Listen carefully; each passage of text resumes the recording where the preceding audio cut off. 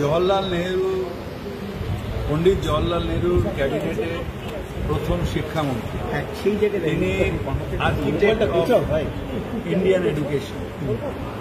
তার আজকে তারই আদর্শ নিয়ে আজও মোদী সরকার যে এডুকেশনের যে ঢাঁচা সেই ভারতবর্ষ যে সময় স্বাধীন হয়েছিল ম্যাক্সিমাম মানুষ অশিক্ষিত ছিলেন, শিক্ষার ব্যবস্থা ছিল না। এটা আবুল কালাম আজাদের দূরদৃষ্টি যে তিনি সারা ভারতবর্ষে শিক্ষা বিস্তারের জন্য সেই সময় থেকে একটা নতুনভাবে একটা পলিসি এনেছে। শিক্ষা ব্যবস্থা কি সেই জায়গায় তিনি যেটা চেষ্টা করেন সেই জায়গায় কি শিক্ষা বেলাই না?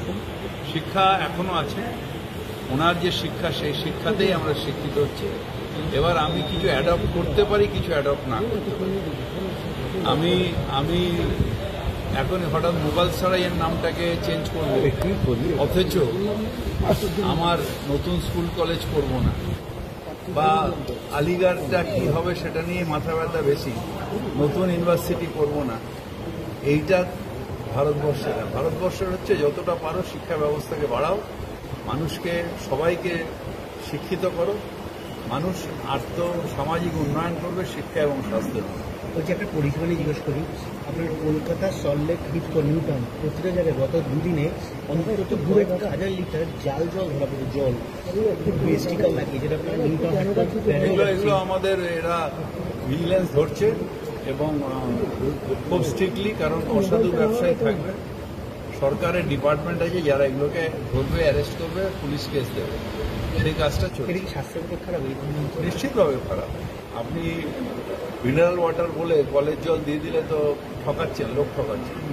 যারা এগুলো করছে তাদের খুব স্ট্রিক্টলি ব্যবস্থা নিতে হবে।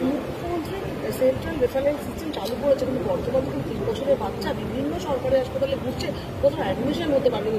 লাস্টে এসএসকেএমের ট্রমা কেয়ারে রয়েছে, কিন্তু অ্যাডমিশন এখনো হয়নি বাচ্চা। এইটা আমি জানি না, কিন্তু রেফারেন্স সিস্টেমটা হচ্ছে যখন রেফারেন্স হয়ে সেখানে শিওর হবে বেড, তখন সেখানে যাবে। তার মানে উনি বিভিন্ন হাসপাতালে ঘুরছেন কেন? হয়তো যে হাসপাতালে গেলেন সেখানে ওয়েট করবেন, সেখান দিয়ে যখন রেফারেন্স হয়ে যাবে এখানে কনফার্ম হলাম সিট, সেই সময় শুধু সেখানে যাবে। বিভিন্ন জায়গায় ঢুকলে তো হবে না। না না না, সেটা রেফারেন্স সিস্টেম হলো না। সেটা যারা করছে তারা অন্যায় করছে।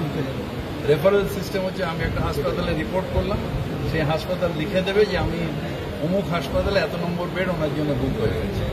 বলছি তুমি একজন 3 সন্তানের পিতা, 15 সন্তান। আমরা দেখেছিলাম নির্ভয়ার যে অভিযোগ ছিল তার ফাঁসিতে 8 বছর লেগেছে।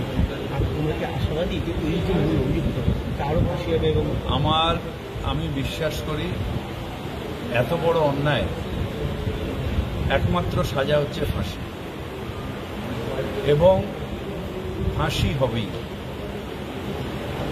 তার কারণ আমাদের বিচার ব্যবস্থা স্লো হলেও বিচার মানুষ পাবে। কিন্তু যারা প্রথম দিন থেকে পলিটিক্স করলো, যারা পুলিশের ওপর ভরসা না দেখে সিবিআই করলো, তাদের মুখ পড়েছে। আজকে তাদের বলার দিন যে তারা কি করবে। আমরা আজও বলছি যে প্রশাসন কখনোই অন্যায়ের কোনো রকম প্রশ্রয় দেয় না, এবং ফাঁসি হবে। সব তথ্য তুলে সিবিআইকে দেওয়া হয়েছে। পলিটিক্যাল কারণে কি বলবে কি আমি জানি না, কিন্তু আমার এটা ব্যক্তিগত মত যে ভারতের যে ব্যবস্থা, বিচার ব্যবস্থা, সেই ব্যবস্থাতে তাদেরও বলার অধিকার আছে, বলবে, নাহলে আমাদের আইনটা ঝুঁকি থেকে যাবে। সুতরাং ফাঁসি হবে।